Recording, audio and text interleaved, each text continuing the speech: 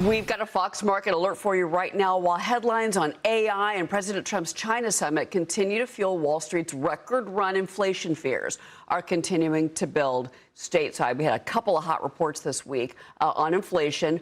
Oil prices are pumping slightly higher today, so we're watching markets, but also taking a look at oil. You've got 101 on WTI, 101.62, 106.11 on Brent. That's, of course, the global contract. So we're watching both of these because this is the inflation story, and that's what we saw play out with CPI and with PPI. This Iran war-driven surge in energy costs is really building on top of this wall of worry. Now, bond yields pulling back slightly, but the 30-year Treasury is topping 5% for the first time since 2007. There's the yield on your screen. But with the S&P and the NASDAQ hitting all-time highs, could Wall Street's AI boom soon meet a bond market reality check? Well, that is the prediction from SlateStone Wealth Chief Market Strategist Kenny Polcari. You say the bond market is quietly telling us a very different story. And that rates and yeah, you're saying that there's a big flashing red sign right now that we need to look at.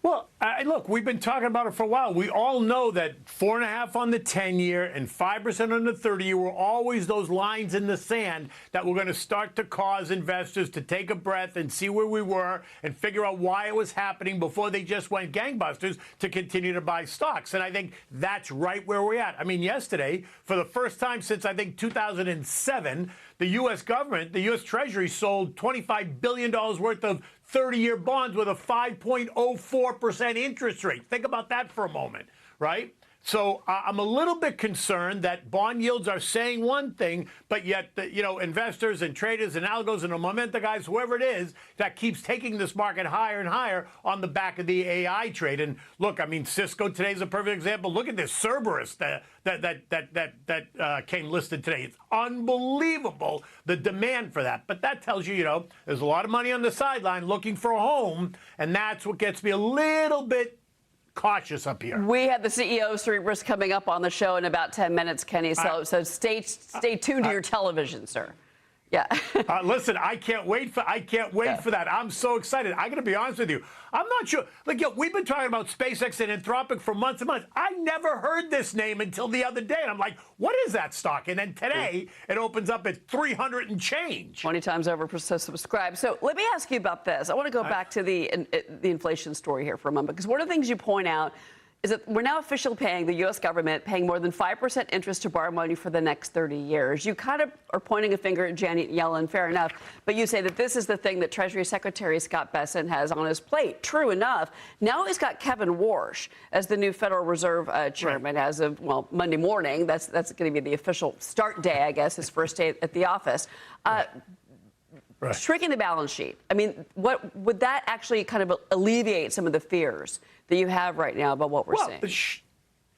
Shrinking the balance sheet is certainly going to take money out of the system, because part of the problem is that there's way too much money sloshing around looking for opportunities, which is why you see the reactions that we've been seeing suddenly, right? So if he can shrink the balance sheet, then, he can talk about cutting rates, because one will offset the other. Although I'm not sure in this environment that he's going to be able to convince everybody that they need to start shrinking the balance sheet enough that they can actually continue to cut rates. I just don't see it yet, which doesn't mean I don't see it at all. It just means I don't see it yet. I think the idea of rate cuts for the rest of this year is completely off the table, because sadly, I think that this Iran conflict is going to continue for a little bit longer. And as long as oil stays above 100 for another month and a half, that's going to take us right through the summertime. And midterm elections are coming, and you know what's going to happen.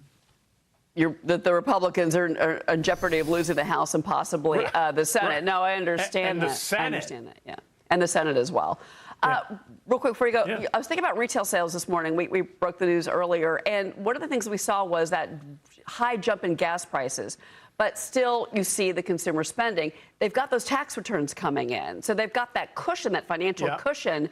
But that story is going to be over by the summer, Kenny. Do you think that consumer spending is going to slow down? To your point, on the back of these high prices for gas.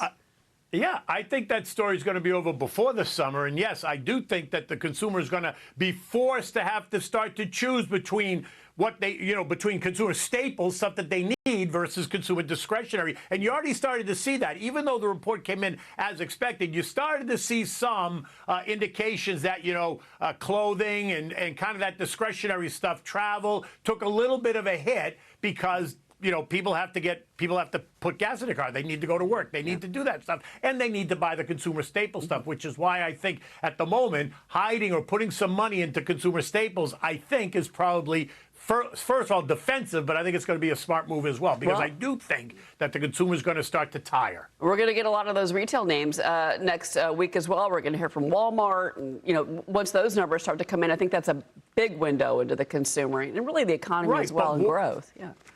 Final word. Right, but Walmart is going to speak right to the fact that people are scaling down, and they're going to Walmart for more value. So I expect names like Walmart and Costco are going to do well in this environment. Yeah, I have a feeling you're right. We shall see. Kenny Polcari, great to see you. Yeah. Always a pleasure, Cheryl. Thanks for having me. All right, the Pasta Norma.